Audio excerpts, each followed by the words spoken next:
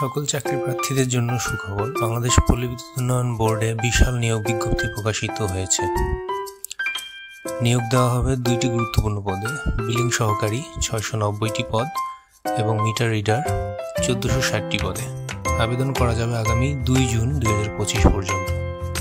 Billing সহকারী পদের জন্য যোগ্যতা HSC সমমান এবং কম্পিউটার চালনায় দক্ষতা থাকতে হবে।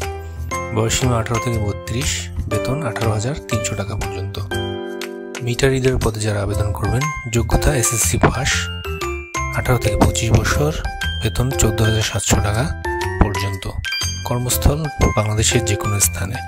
আবেদনের পদ্ধতি অনলাইনে আবেদন করতে হবে brebbr.teletalk.com.bd ওয়েবসাইটের মাধ্যমে।